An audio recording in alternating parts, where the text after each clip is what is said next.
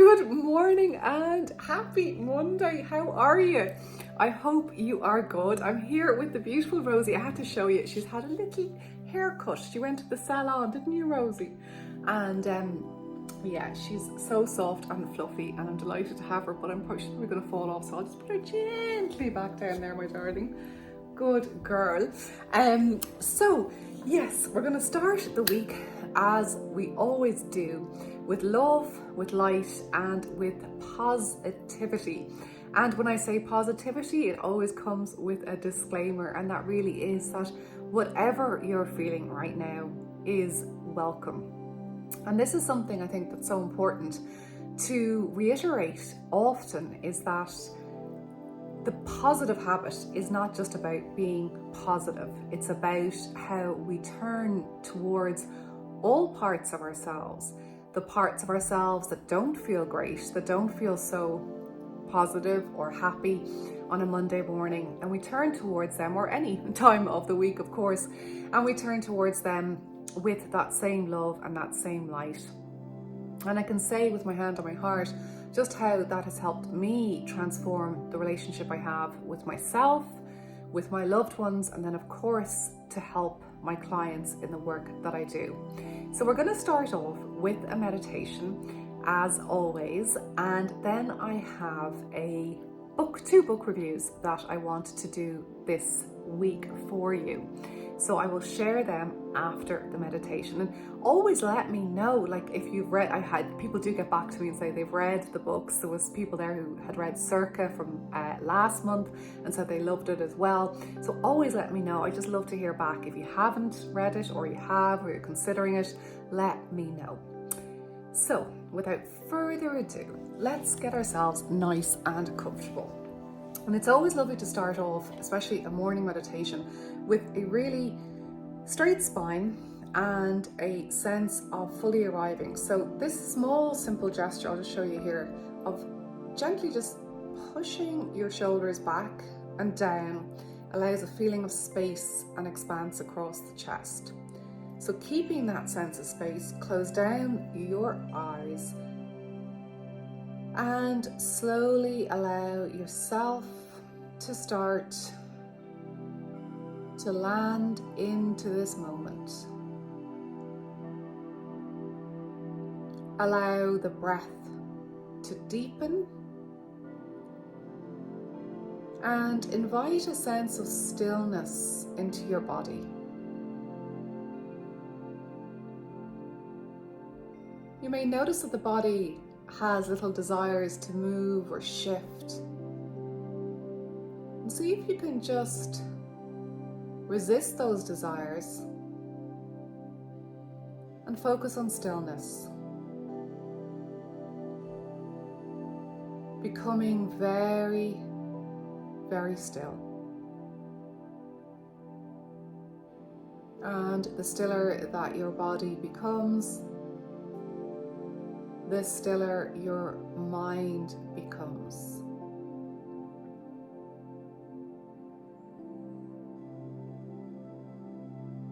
Allow the breath to guide you inwards as you begin to set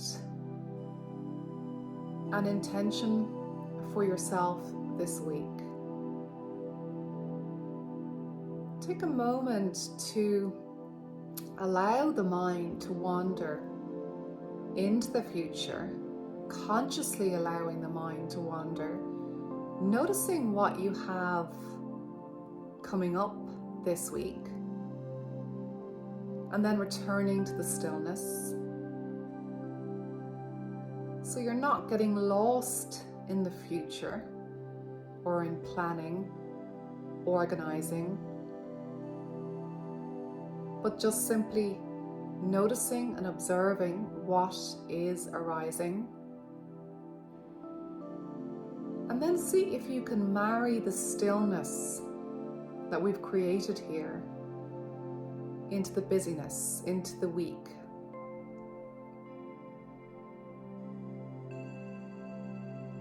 See if from the stillness and the space that you've created, can that intention for yourself of how you wish to be in the world, not what you want to do, but how you wish to be,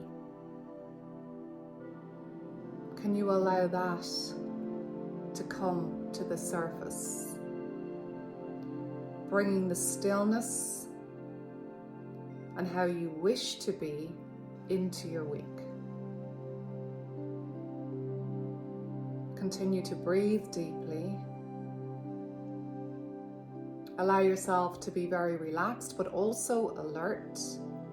The optimal place for you to operate from.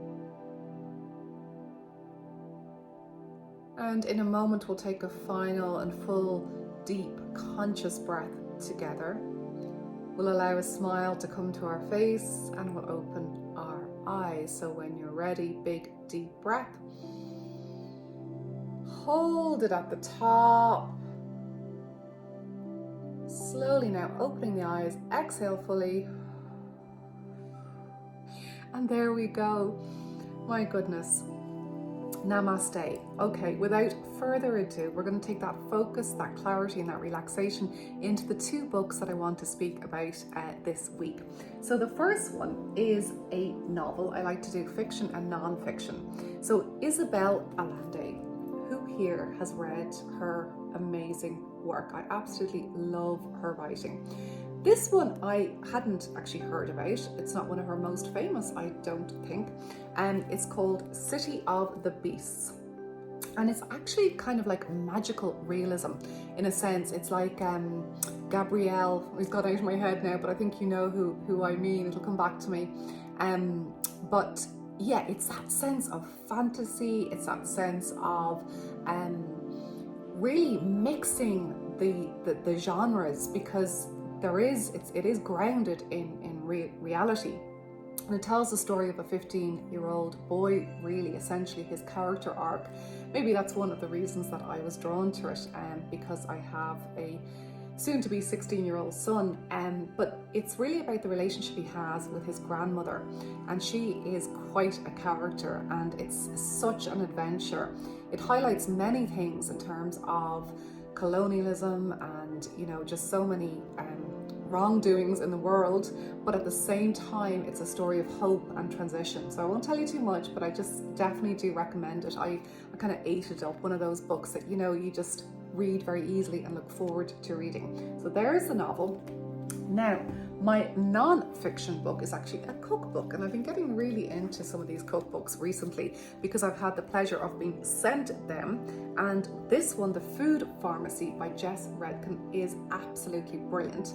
I was at her book launch last month, and it is really so clever. I love the concept, because what it does is it breaks up the different components of our health. Hence the title, The Food Pharmacy. So food becomes our medicine, which is definitely something I really, believe in. So you've got fitness, you've got immune health, cognitive health, hormonal health, gut health, heart health. So I'm just thinking hormonal health is probably the reason why I couldn't remember the name of that book, but that's okay. Heart health, bone health, pregnancy and fertility, skin health, vegetarian and vegan health. So with that, it's like each category, she has different recipes for optimizing those types of different health. And I think it's just so clever. She seems like a lovely person, and she has a new young baby as well. So I'm sure that a pregnancy and fertility one is something that she really knows a lot about. I have tried at least one of her recipes so far, and I'm going to keep going with them. And this one I tried, I absolutely loved. And it was so funny because I made a batch thinking that we'd all eat them, but it was basically me who ate most of them. And that is the 5-minute no-bake protein bars. They didn't look quite as pretty as that, but they tasted so good, and really easy, really simple to make. So if you're looking for a good cookbook for Christmas, this is published by my own beautiful Publishers Guild books, and I recommend that you look it up. So thank you as always for watching. It's a wonder and a joy to have you. I should mention that today is the last day of our early bird for Crete, and there are a few places left, and I would absolutely love to have you. The content of the retreat is going to be looking at self-compassion, which is an area I'm doing a lot of work in, as you may know, or you're on my training course at the moment, but it'll be taking a deeper dive into that, and it'll be such an opportunity to work with a small group of people in a very non-judgmental and compassionate environment. So lots of love, and I'll see you next week. Thanks for watching from me and Rosie.